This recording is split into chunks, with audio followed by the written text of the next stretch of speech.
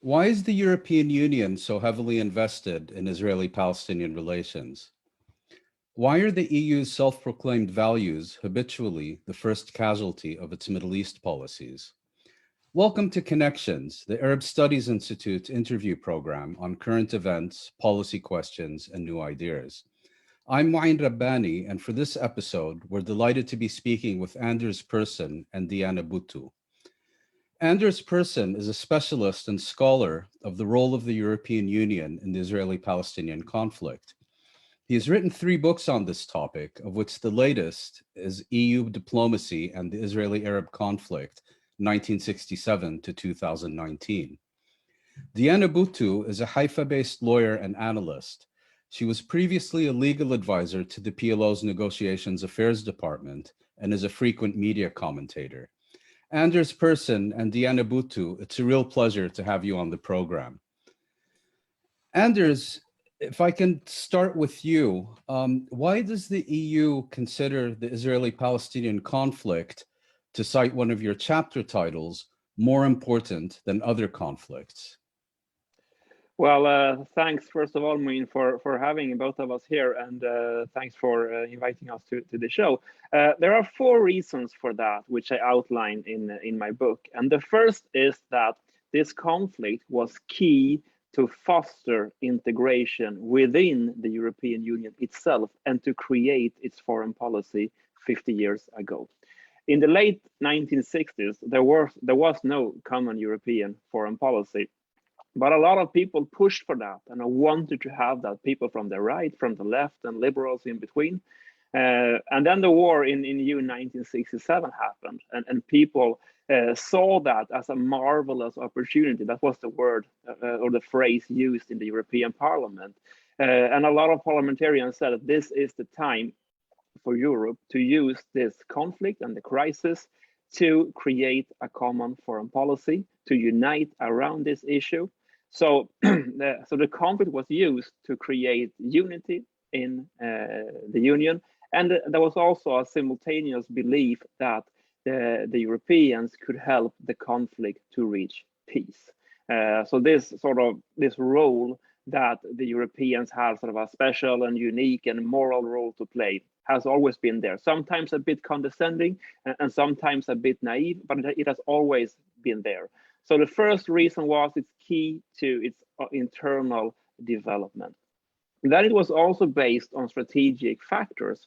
After the war in 1967, the European Union, keep in mind, was only Western Europe. East Europe was under communist rule.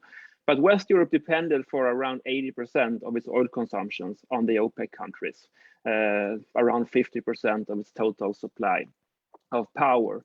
So this was, of course, a major strategic incentive to get involved. Now, this became an acute matter after the next war in 1973, when the price of oil went up 4 times.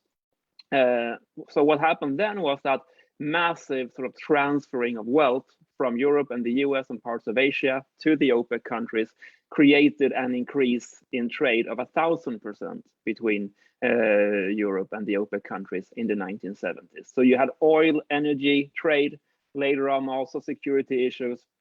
The 1973 war was very, very destabilizing, and there were risk of superpower confrontations and all of this. Later on came the issue of terrorism and refugees. So these are sort of some of the strategic factors involved. The third reason was that this conflict has always had sort of a unique place in the EU's declarations. It often came up first in foreign policy declarations. It came up first when the EU spoke at the UN and in other forums. And 20 years ago, after the Second Iraq War, the EU security strategy outlined Israel-Palestine as the key for dealing with other issues in the Middle East, sort of the key to peace in the whole region. And the fourth reason is that the EU is part of the conflict through its close economic and political relations with Israel and its massive financial backing of the Palestinian Authority. And that is where it's probably more a part of the conflict now than ever before. So these are sort of the 4 reasons why it sees this conflict as more important than other conflicts. Thank you. And Deanna, turning to you, why, in your view, have both Israel and the Palestinians viewed the European Union as a more important partner than most other members of the international community? I think there's a few reasons, Ryan. First, I want to thank you for inviting me, and I really am delighted to be sharing this platform with Anders. I've really enjoyed reading your book. Thank you. I think, Ryan, there's a couple of reasons for this. On the Palestinian side, I think there's been a long thinking that there needs to be Western acceptance, particularly on the project of independent statehood. And we see this because when it comes to other countries around the world, there is a great deal of support, but we haven't seen that wholehearted support coming from Europe. So in a way, it was somewhat the last frontier. It's the frontier of legitimacy. It's the frontier of getting the key to the rest of the world, etc. I think there's also another reason, though, which is it's rumored, I'm not sure if it was ever said, but this was the rumor that was going around in the early to mid 2000s that Ariel Sharon once turned to the Europeans and said to the Europeans, "You are payers, you're not players." Now, I don't know if that sentiment was actually uttered, but the feeling has been there, which is for the Israelis, one of the reasons that they look to the European Union is because they have alleviated the burden of the occupation. We've gotten to a point now where we see that the Palestinian Authority the leaders of the Palestinian Authority fly all around the world and have meetings with various officials around the world, all to collect money for the Palestinian Authority, which is in effect taking away the responsibility that Israel as the occupier has. It's the Palestinian Authority that's collecting money for schools, for hospitals, for roads, schools, hospitals, and roads that Israel should be providing, given that it is the occupier. So I think it's the combination of these two things, the idea that it's the last frontier, as well as the status of the Europeans being the largest or among the largest donors, they're not the largest, but among the largest donors to the Palestinian Authority, that has led to such a focus on them. And of course, this comes to the detriment of other countries as well. It's always been perplexing why this has been the focus rather than focusing on some of these emerging markets, emerging countries, et cetera, rather than simply the Europeans. Thank you. And Anders, if I could pick up on something in your previous answer, because it also comes up prominently in your book, which is that you make the argument that the European Union has used the Israeli-Palestinian conflict, the question of Palestine, to strengthen the development of a common foreign and security policy.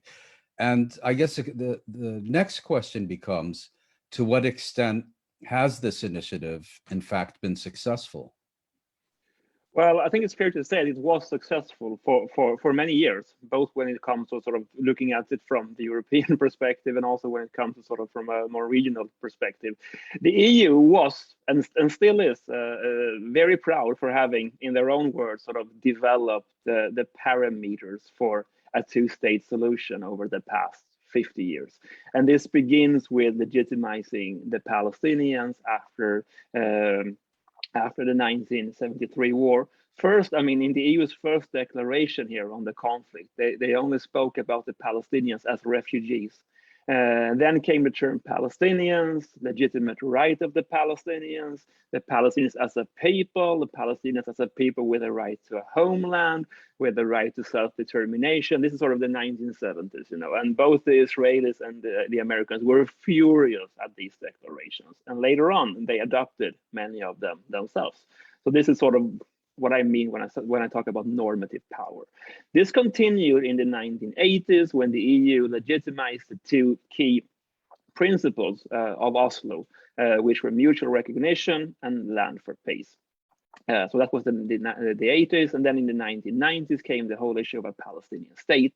and in the first decade of the 2000s, Jerusalem as the capital of the Palestinian state. And then we had the differentiation policy in 2000 in the last decade. It looked quite powerful when it came. So if I could just interrupt yeah. you, Anders. So if I understand you correctly, you're also saying that it was more or less the European Union which put these issues on the international agenda and pushed for their adoption by the international community.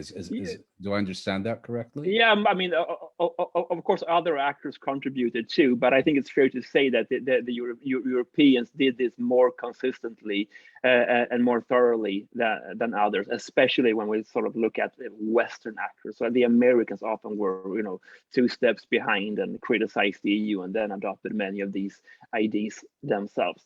The point is that this has completely stopped. So nowadays, the Europeans are not able, for the past 5 years, they have not been able to put out a single common statement by their foreign ministers for the past 5 years.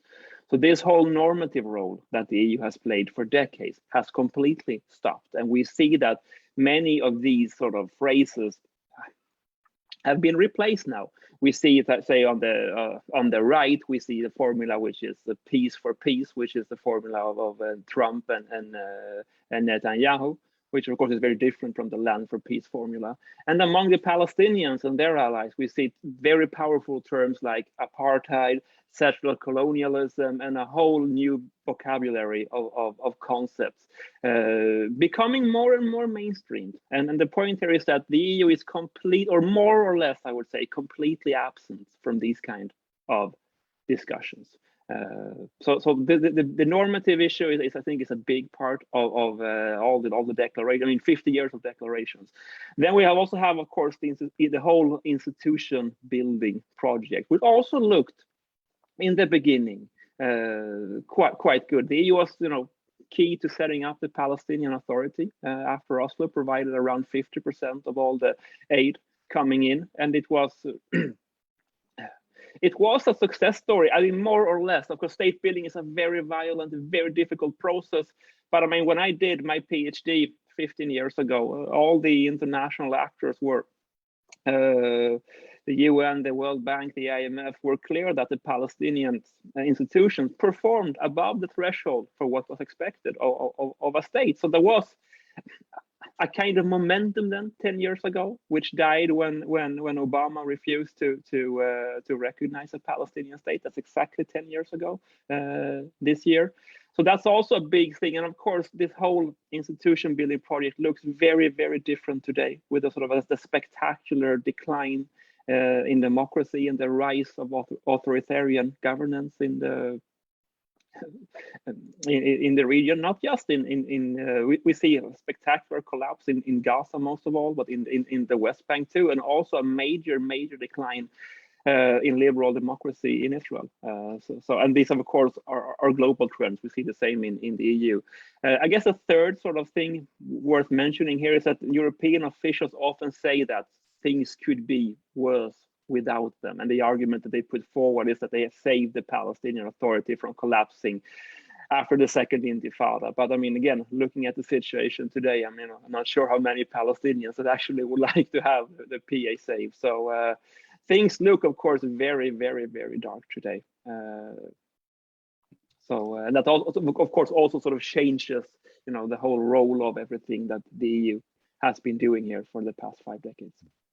And Deanna, what have been the consequences for the Palestinians of the Europeans seeking consensus on policy towards this issue, both in the positive and the negative sense? And maybe to pick up where Anders left off, that consensus has not been possible within the EU during the past 5 years. And I presume the main reason is that you now have these radically pro-Israeli European governments in Hungary and Poland and elsewhere that have been blocking the continued formulation of a common European position.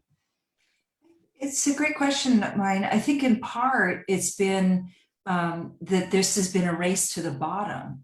that it's the lowest common denominator. And so they're willing to agree when it comes to the lowest common denominator. The fact that it took them so long to agree to the lowest common denominator says more about them than it does about Palestinians. And I think the reason they haven't been able to progress is, of course, as you mentioned, because of the right wing, but also because they can't surpass that lowest common denominator. They can certainly regress, which we are seeing, but I don't think that the way that it's formulated has allowed them to go beyond the lowest common denominator. And for example, one of the things that we've seen and one of the challenges that Palestinians have faced is that its statements are not enough. And increasingly, as Palestinians are calling for accountability, for Israel to be held accountable, we aren't even able to get even the basic statements of accountability in place by the Europeans. In fact, it's quite the contrary, where we get some individual states coming forward and expressing concern, but not taking it that step forward of pushing for accountability. And similarly, when we've seen when it comes to stopping Israeli action, we've seen that there have been some statements that, again, will come out and condemn Israeli action, but again, fall short of pushing it that one step further. So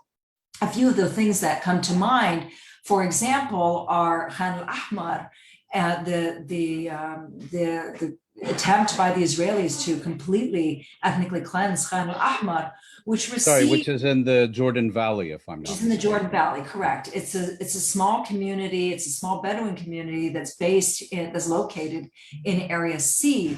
And for that, we have statements by the prosecutor of the International Criminal Court saying that the demolition of this entire community, this entire area, could potentially be a war crime. And yet we didn't see these equivalent statements coming out from the Europeans, because the next step is to therefore hold Israel to account. So while the Europeans have been, in terms of policy, have been very good at pushing forward the Palestinian Authority, as Anders has already mentioned, there's then a block when it comes to taking it that step further, because the policy is based on lowest common denominator. And another example is, back in a few years ago, I don't remember the year now, I and others were calling for the dismantling of the Palestinian Authority, the restructuring of the Palestinian Authority. And the response that we received at the time was very interesting. They said to me that we're either in the process of building a Palestinian state, and therefore we shouldn't be dismantling it or pushing for major reform, or we're financing the occupation. And only time will be able to tell which one we are doing. And at this point, I think it's the latter and definitely not the former. But the fact that this is the trajectory, that it's simply the lowest common denominator, has been what has permeated all of these years. So, I mean, picking up on that point, I now have a question. Actually, I'd like to hear what both of you think. And Diana, maybe I'll start with you, which is that there's a general impression that in the 70s and 80s, let's say prior to Oslo, European governments, and for that matter, the EU, generally had a more developed position on this issue than European public opinion.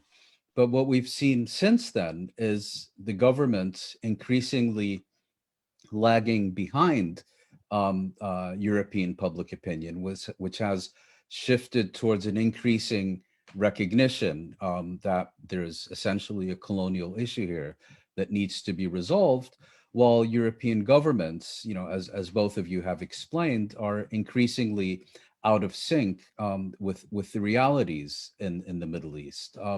Does this ring a bell with you, Diana?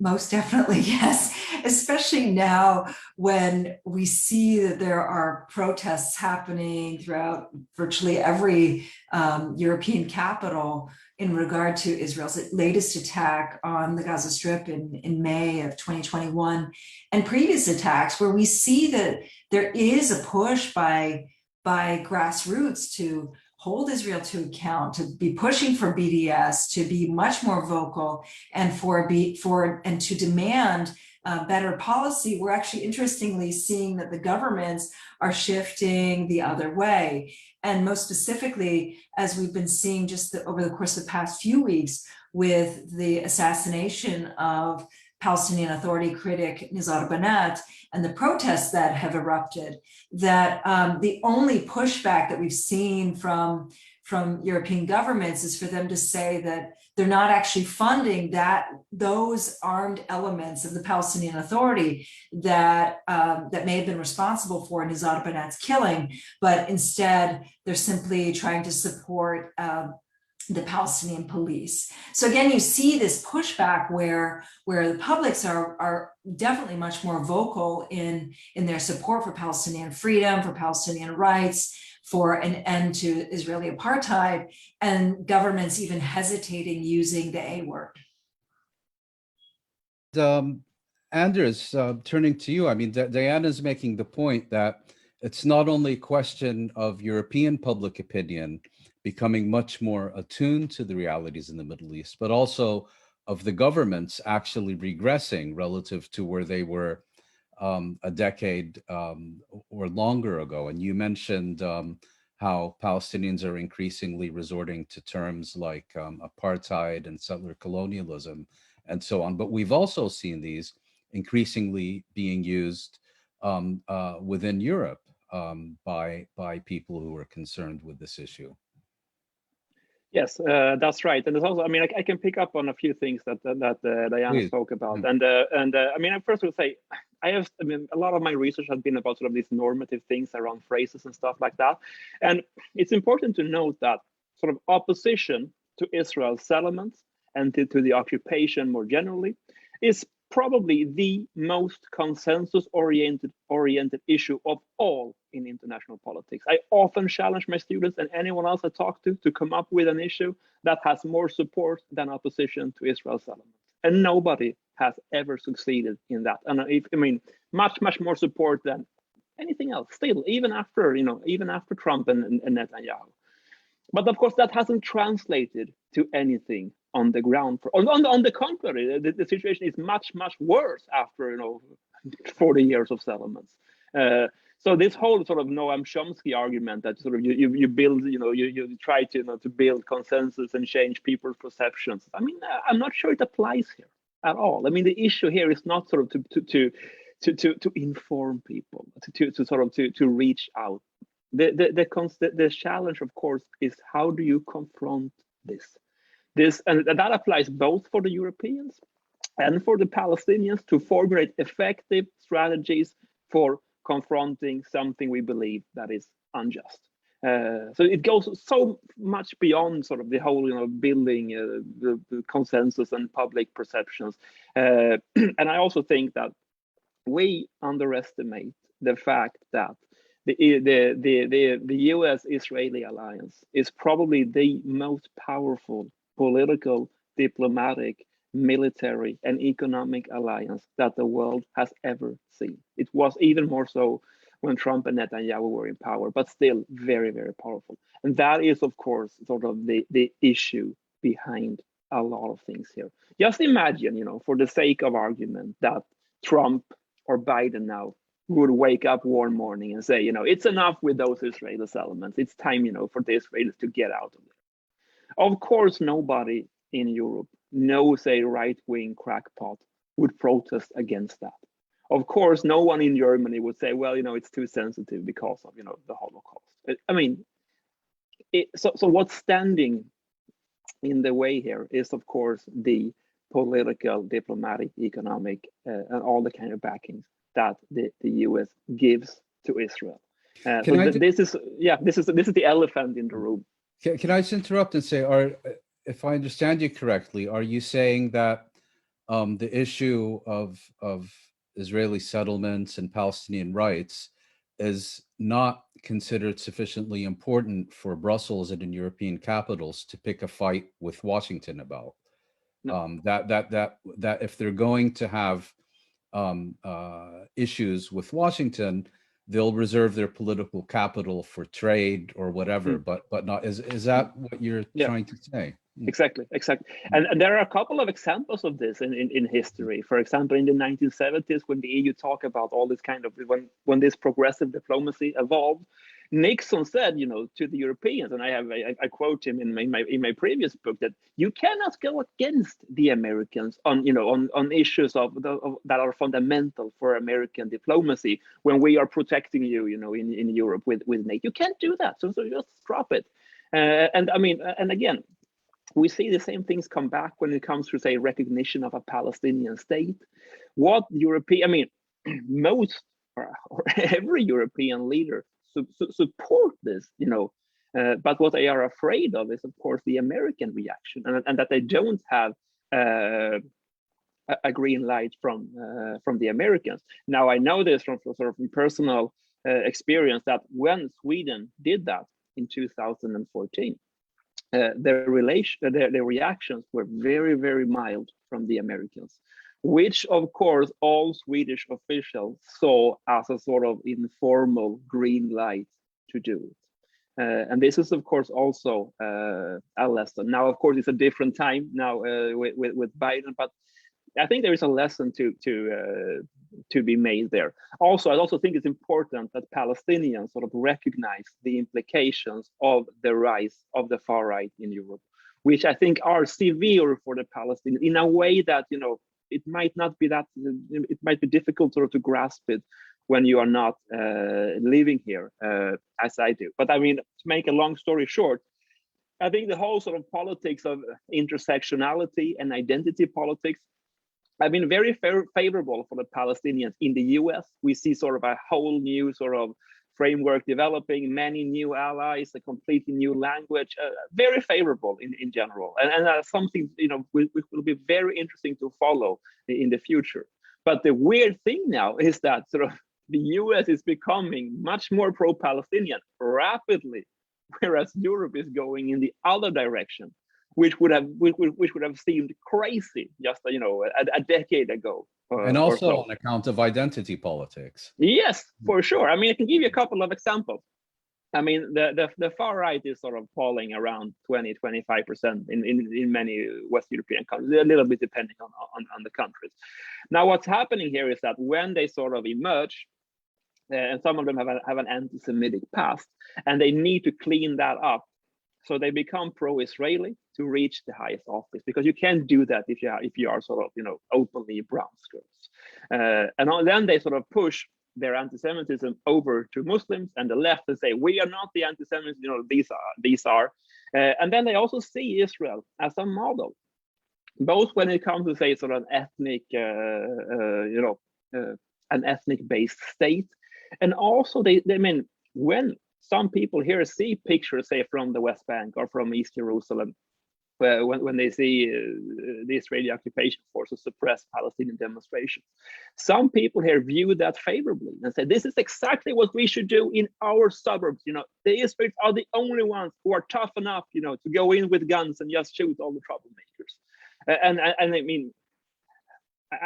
mean, I say that with a full respect for what the Palestinians are enduring, but I think it's important that that this is the reality that some people that they how they see it, and also of course being pro-Israeli is for some of these parties a key also to have good relations with the US, especially when Trump was president. So this is some of I think this is some of the implications of these new developments.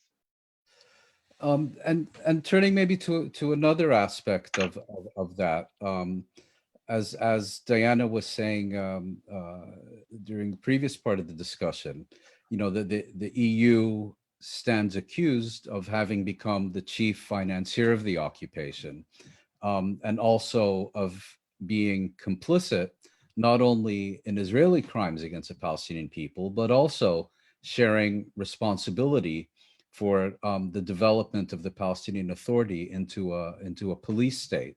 Diana, how do you? You spoke about this briefly, but I'd like to hear more about how you view the question of European Union complicity in this issue? It's been quite complicit, and this isn't just recent in terms of the assassination of Nizar Banat, but has been going on for many years. Mahmoud Abbas was elected in 2005 for what was supposed to be a 4-year term ending in 2009. And then we had our parliamentary elections in 2006. They were supposed to go for, again, 4-year term with new elections in 2010.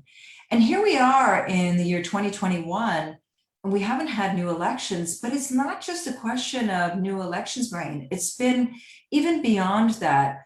Our parliament, the Palestinian Legislative Council, has not met. They haven't even sat in the same room since 2007. So effectively, you're talking about 14 years of the Palestinian Legislative Council not even meeting. Now, in December of 2018 was when Mahmoud Abbas finally repealed parliament and indicated that he was going to have elections. But that was 11 and a half years later, after the parliament was no longer meeting in March of 2007. So all of this time, we've seen that laws have just been passed through presidential decree. They're all considered to be temporary laws. And what's really fascinating is that we've seen that double the number of laws have been passed from the period of 2006 to the period of 2016 than were passed during the period of 1996 to 2006. And yet 1996 to 2006 is when we had a parliament, and 2006 to 2016 is when we only had everything by presidential decree. In fact, it's double the number that have been passed. And throughout this entire period, all we've heard is support for elections, wanting to see elections, but they've been very silent when it comes to things like the Palestinian Authorities increasing control over all of the security services, the repressive crackdowns that have been happening for many years, the fact that we've seen crackdowns against independent media in the West Bank by Mahmoud Abbas. We've seen that there have been a number of websites that have been blacklisted in the West Bank. We've seen the control that Mahmoud Abbas has taken, exerted over NGOs. And lastly, we've seen the effective control that he has over the judiciary. So on all levels, whether it's the judiciary, the security services, the NGOs, or the media, this has not just happened overnight. It's been a long-standing process. And throughout this, the Europeans have I might be incorrect, but I do recall one démarche that they issued against Mahmoud Abbas regarding the judiciary, but for the most part have effectively remained silent. And the message that this is sent is that they can do both things at the same time. They can give money to Palestinian NGOs to focus on human rights and rule of law and all of those wonderful code phrases, but at the same time then giving money to the Palestinian Authority to continue its repressive acts against people who are dissenting against its rules. So it's been playing this dual role for quite some time. And on the issue of the United States, and I agree with Anders, I think it is the big elephant in the room. I think we also should not discount the role that these countries themselves have and the limiting effect that they themselves have made. For example, even without the United States, I do think that Germany would still take a very strong stance when it comes to certain issues regarding Palestine. Yes, they're opposed to the occupation. Yes, they're opposed to settlements, but they're not willing to translate those yeses into actual action that will lead to liberation. And Anders, turning to you, I mean, we've just heard Diana explain how the EU is, in her view, complicit in Palestinian Authority repression. But if I were to ask you how you see the EU, or if and how you see the EU complicit in the Israeli occupation that it says it opposes and wants to see end, and maybe this brings into the discussion the whole issue of differentiation, settlement products, and so on? Well, first of all, I think that Diana is absolutely correct in her analysis, and that's what we are seeing now is that the EU is more. I mean, it's nobody can no longer sort of argue that the EU is, not maintaining and upholding the occupation and the whole Oslo structure, which is so powerful and it's so difficult to look beyond it.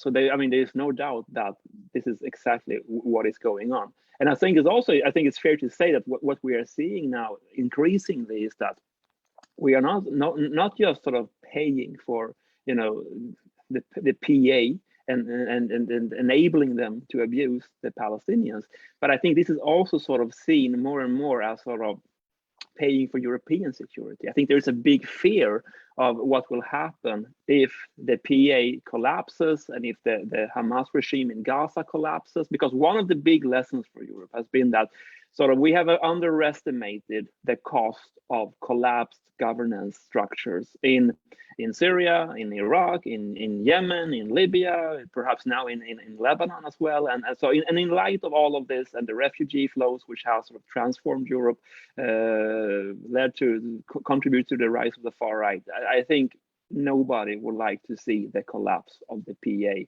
and the Hamas regime in Gaza. So this, I think, is the background to sort of why this is being maintained.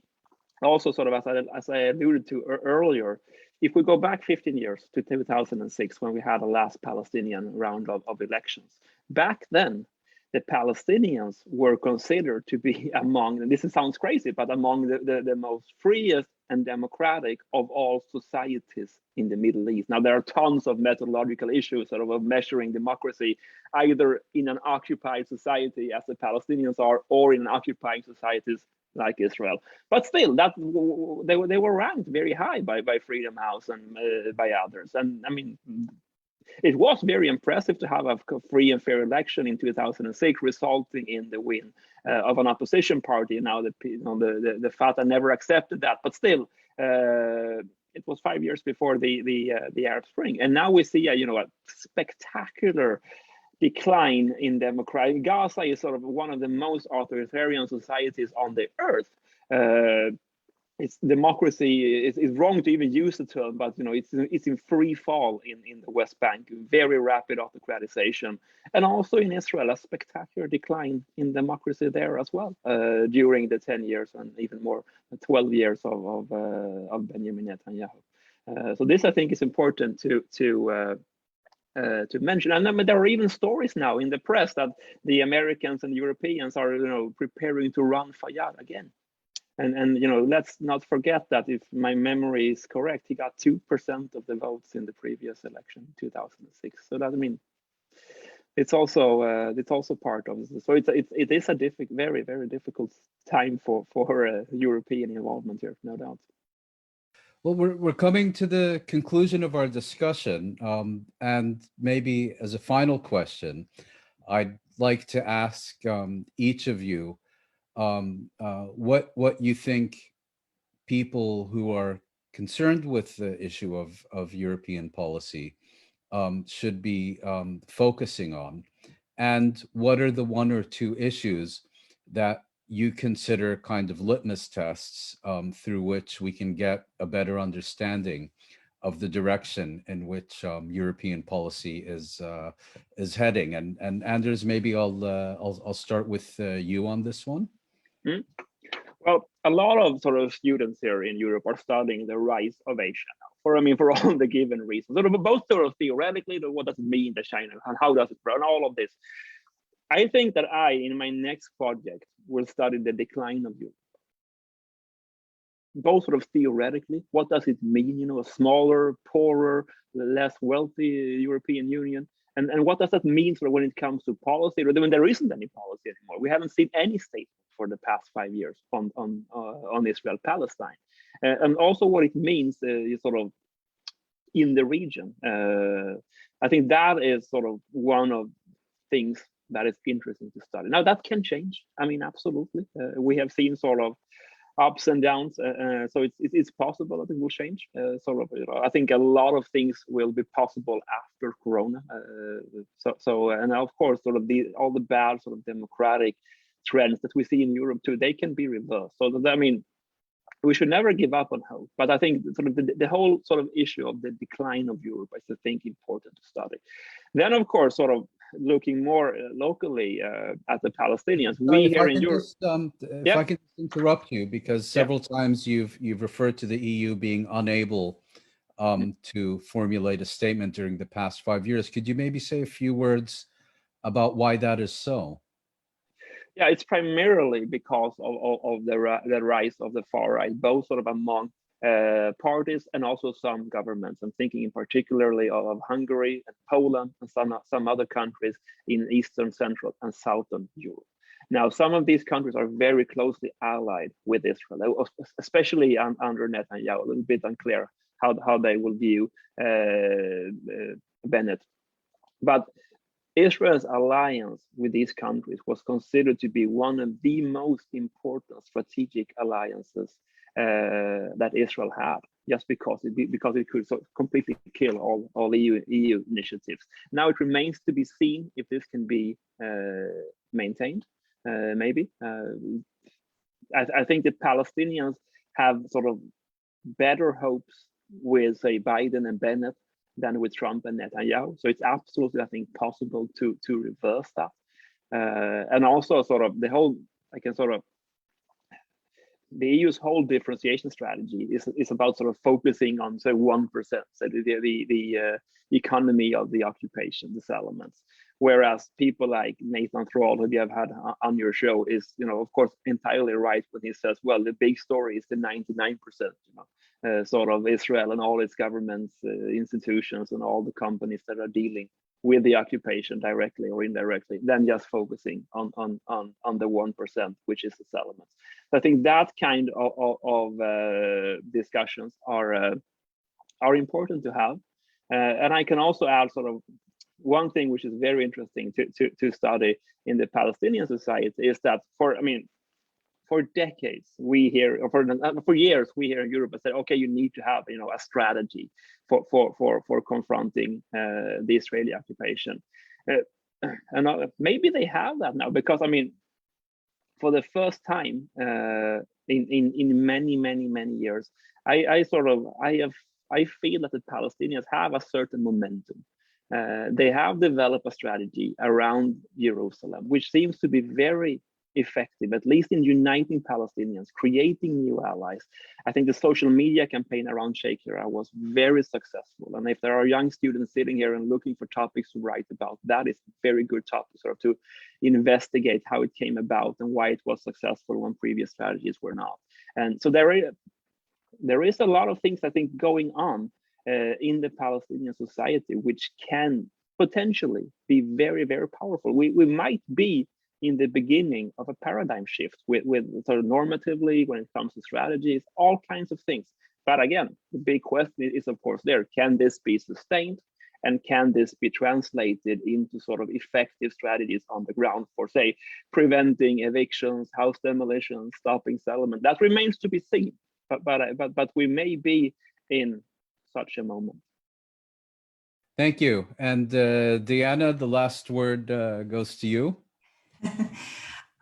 In terms of things that I'm going to be looking at, it's for actual actions. Now, I do look forward to reading Anders' book about the decline of Europe. But I'm going to be looking for things that show some level of action and not simply stick to the statements that have been formulated. For example, we've yet to see any coherent policy when it comes to reconstruction of Gaza after all of these attempts, or all these attempts by Israel to flatten Gaza.